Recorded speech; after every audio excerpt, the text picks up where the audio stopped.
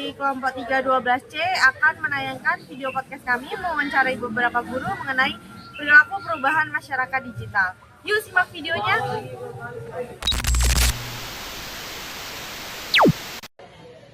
Assalamualaikum warahmatullahi wabarakatuh. Salam, Om Swastiastu, Namo Buddhaya, dan salam kebajikan. Halo semuanya, pada hari ini kami akan melakukan podcast tentang perubahan perilaku akibat masyarakat digital. Bersama saya, Kendis Asisagila sebagai moderator dan Saya Sakina Diatisita sebagai moderator. Dan bersama narasumber kami, Bapak.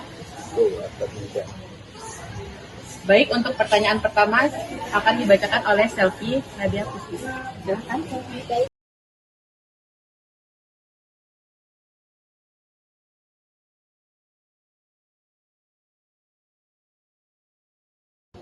Baik Bapak, untuk pertanyaan yang pertama, apa yang mendominasi perilaku penggunaan smartphone pada kehidupan sehari-hari bagi Bapak? Oke, menurut saya pribadi ya, jadi penggunaan smartphone ini sudah menjadi hal terbiasa bagi masyarakat Indonesia. Tentunya kita di zaman sekarang juga kita perlu kris ya, kita bayar, kita apalagi aplikasi, terus kami sebagai guru itu ada juga aplikasi My ASN, itu sangat penting sekali untuk penggunaan smartphone. Tapi di sisi lain kadang orang pun terlalu bahwa smartphone ini dia benar-benar emang berkebutuhan banget, emang dibutuhkan banget. Tapi di sini kita lingkupnya bagaimana kita bisa istilahnya bagaimana kita bisa memanfaatkan smartphone ini istilahnya biar kita itu benar-benar ada manfaatnya, bukan hanya sekedar main game, main ini kan banyak sekali ya, apalagi anak-anak ya sama seusia milenial, apalagi anak-anak kecil itu sudah kalau udah lihat smartphone itu sudah kawannya kayak kecanduan aja. Itu makanya pengaruh juga terhadap kalau semisal kita melihat plus minusnya, itu emang smartphone ini emang digunakan untuk kebutuhan kita gitu kan, kebutuhan kita digunakan untuk ya keseharian kita, contohnya pembayaran itu, terus aplikasi itu kan kita juga dipermudah ini. Nah, tapi minusnya itu biasanya anak kan belum terlalu mengerti dengan penggunaan gawai ya, penggunaan smartphone ini bagaimana, kadang anak itu kecanduan seperti itu. Untuk pertanyaan kedua, Bapak, apa yang mendominasi perilaku penggunaan smartphone pada kehidupan sehari-hari bagi anak?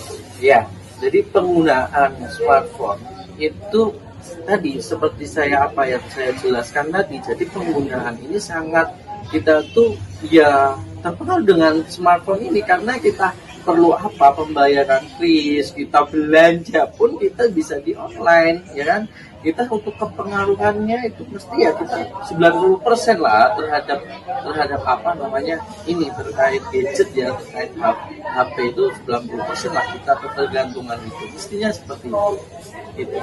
Menurut Pak Iko, apa langkah yang paling bijak dan bisa dilakukan untuk menciptakan perilaku digital yang sehat dan baik di lingkungan?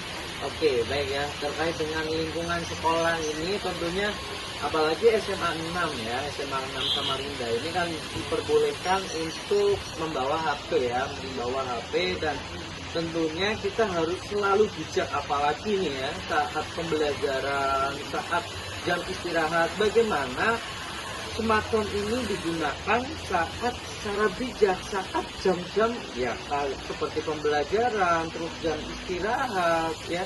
Contohnya kalau dalam pelajaran itu ya jangan kita fokusnya jangan sama HP. Biasanya teman-teman ini fokusnya sama HP yang sangat disayangkan. Ada plus minusnya juga teman-teman.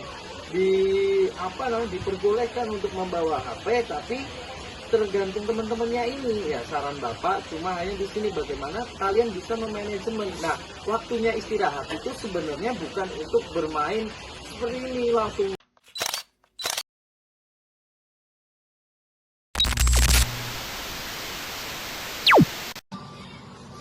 Assalamualaikum warahmatullahi wabarakatuh. Selamat siang Sobat Tumasik. Bersama saya Nirmala Dinda Primadani dan Bu Widya sebagai narasumber kita. Pada kesempatan kali ini, saya selaku pembawa acara akan menanyakan beberapa pertanyaan kepada Bu Widya mengenai perilaku masyarakat digital. Gitu. Sebelumnya, menurut Bu Widya, apa sih perilaku yang mendominasi kiranya anak-anak SMA 6 mengenai masyarakat digital ini?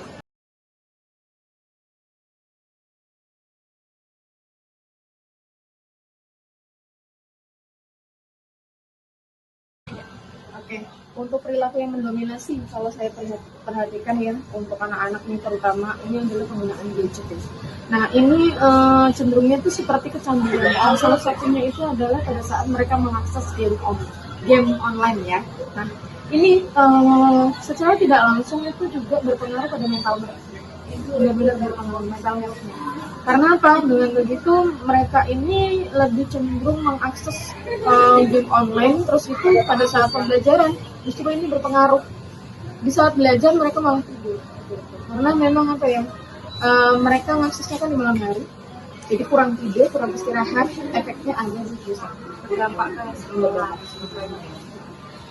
Baik, menuju ke pertanyaan yang kedua, yaitu sebagai Bu Widya ini kan sebagai guru, kebetulan mengajar juga di kelas kami, di kelas 12. Dan menurut Bu Widya sebagai tenaga pengajar, apakah perilaku masyarakat digital ini lebih terkesan mengganggu atau justru ada dampak positifnya juga buat pembelajaran kita? Oke, kalau menurut pendapat saya ya, saya sebagai seorang pengajar sebenarnya juga memanfaatkan digitalisasi untuk proses pembelajaran.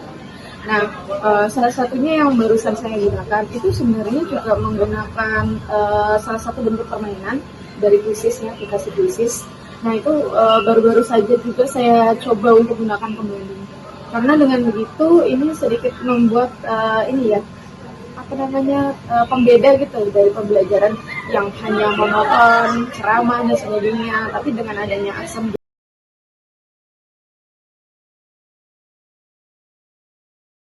Baik, menuju ke pertanyaan terakhir, menurut Bu Widya, apa perilaku bijak yang perlu dilakukan oleh anak-anak SMA Negeri 6 untuk menghadapi era masyarakat digital ini? Untuk perilaku digital yang bijak yang bisa saya sarankan, yang pertama itu lebih ke pengaturan dalam penggunaan aplikasi atau penggunaan smartphone tentunya. Karena terkadang karena kita terlalu kecenderungan ya, jadi berdampak negatif, lebih banyak negatifnya daripada positifnya seperti itu. Nah, terus yang kedua, pilih konten-konten yang berkualitas. Karena apa? Penggunaan aplikasi itu sebenarnya juga bisa juga jadi penunjang yang bisa positif, bisa menghasilkan uang dan sebagainya. Tergantung pemanfaatan dari kalian sendiri seperti itu. Baru jaga privasi, ini penting ya kaitannya dengan privasi. Karena nggak sembarang kita bisa share informasi pribadi kita ke halayak luas, ya. Terus yang kedua, jalin komunikasi yang sehat, ya. Baru yang terakhir, lebih ke belajar mengenai cyber. Ini kaitannya dengan aturan-aturan ya yang berkaitan dengan UU ITE. Karena apa? Kalau kita bertentangan dengan itu, kita bisa kena juga sandungan hukumnya. Karena sekarang sudah ada aturan tentang UU. Ini aja. Terima kasih Bu Widya atas kebersediaannya telah kami wawancarai. Sekian wawancara yang dapat kami tampilkan bersama Bu Widya. Semoga menjadi hal yang bermanfaat bagi teman-teman semua. Kami tutup. Wassalamualaikum warahmatullahi wabarakatuh. Waalaikumsalam.